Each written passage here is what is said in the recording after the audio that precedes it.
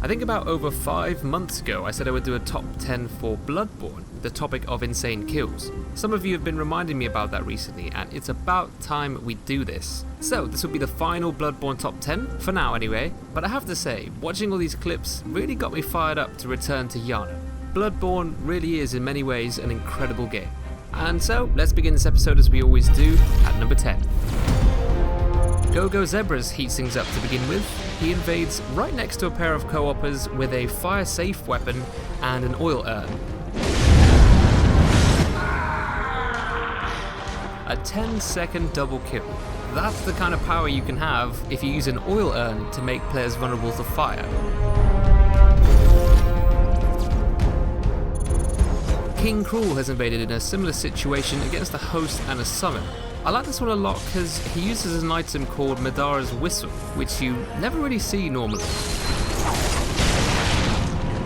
From this point on, he just goes hardcore, sniping the host to pull off a heal interrupt and then closing in for the kill.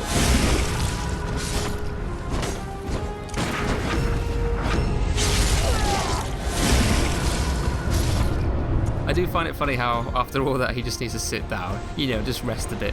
Another great double kill though, and you definitely get some credit for using Madara's Whistle as well. Alright, this next submission is insane in the sense that it's just so unlikely and random, but this person is invading in the Nightmare of Mensis area.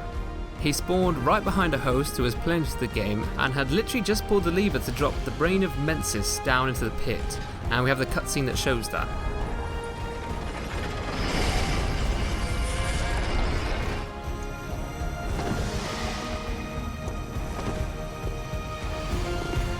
I actually reckon that host got jump scared. He probably didn't even notice he'd been invaded until after the cutscene. I mean, you can see how confusion turns into panic, which turns into instant regret.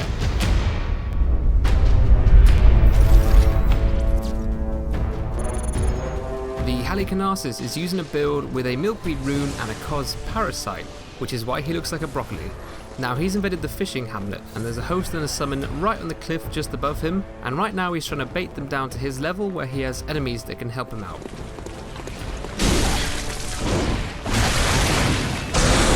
As the host tries to rush him, his summon actually gets picked up by the shark giant and eaten, which is just completely hilarious.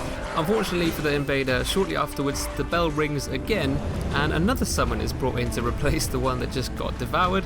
So yet again it becomes another 2 versus 1. So his plan now is he's hiding using the messenger's gift item so he can surprise the new summon when he runs by, but someone's gonna beat him to it. I really can't believe it. All of these summons just becoming lunchtime snacks. It blows my mind.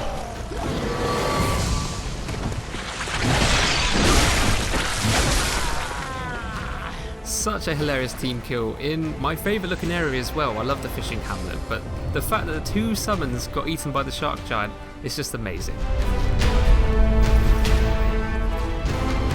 So Siruin has invaded next and is about to show us Bloodborne's first quickscope.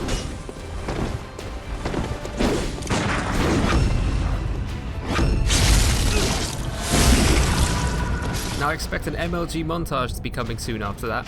Don't let us down now. You might have to watch out for the edge on this one, because TurtleCon does not like to be disturbed.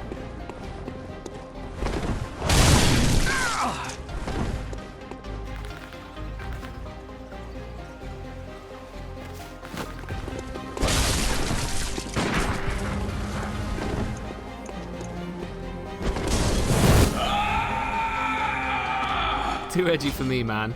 But seriously, I know that looked easy, but the standing still meta is harder than it looks, trust me. At number 4 we have I Hardly Try Hard, which is a very ironic username, you'll see why, but this person has sent me a PvE clip which I really enjoyed. Usually I find it hard to include PvE clips in these top 10s because while a lot of them are very impressive, they're often really long as well, and involve a lot of grinding, I suppose. But this one was different because he's fighting German, the first hunter, one of the final bosses in the game, on New Game Plus 7, so on the hardest difficulty it could possibly be. And then the cool thing about this one is every time he successfully lands a hit on the boss, he switches to a different weapon. And then once he's cycled through all the weapons, he starts all over again, except this time he uses them in their transformed state. I just thought this was a nice idea. It's quite different to a lot of the normal PvE challenges out there, and it also clearly required a lot of preparation. I won't show the entire fight here because it's quite long, but you should be able to find it on his channel, linked in the description.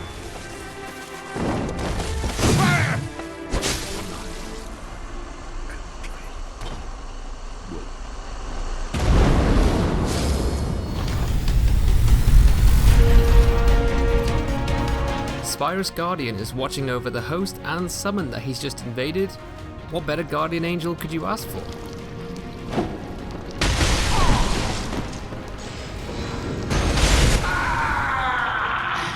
That was insane. The plunge attack itself didn't do too much damage, even though it was targeted and timed really well. The spectacular part of that fight was definitely the follow-up charge attack from the stake driver. Those two just got dunked on, twice.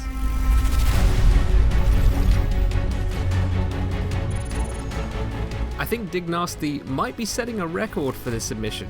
Right now he's currently preparing for his attempt. He's disguised himself using the messenger's gift item up on this cliff top, and he's waiting for an invader who's just about to enter his world.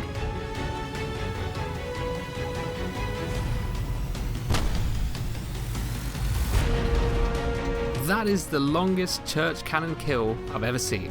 That was a crazy artillery strike, 830 damage, aimed perfectly for that kill. Really, really nice.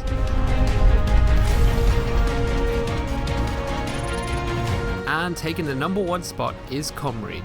Now that's a name that might sound a bit familiar. This guy has just invaded a 3-person team, and he's using somewhat of a glass cannon build. He's got relatively low health and the Ludwig's Holy Blade for that damage, and he actually also eats a Beast Blood Pellet for some extra damage output, and he's climbing all the way up to the very top of the level for a very specific reason. And now, it is time.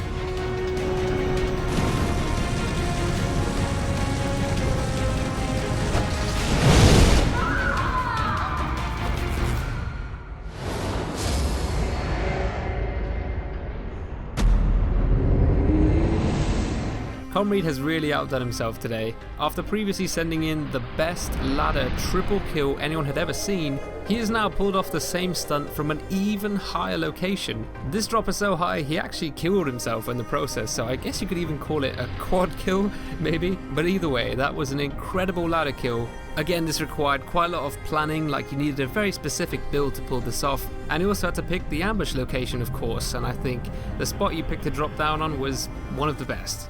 Can't get much better than that. Thank you all for watching. This will be the final Bloodborne Top 10 episode for now. Perhaps I might do more in the future, but for now I'm currently working on a Top 10 series for Dark Souls 3, which you might want to check out if you haven't already, especially since the extra DLC content for that game is coming out quite soon, and a lot of people are very excited about that, myself included. I suppose the final thing to mention as well is I've also recently done something that I've been saving up for years now. I finally bought a PC. You probably wouldn't know, but I've been using a cheap laptop this whole time to edit videos and stuff, which might be slightly surprising, but it's not that surprising because I mean technology is so good these days that you can create amazing things on relatively cheap equipment. But that being said, I thought it was finally time to upgrade, so that should hopefully mean that I get to create better videos easier. It's exciting either way. So thanks again for watching everyone. I will see you all in the next video.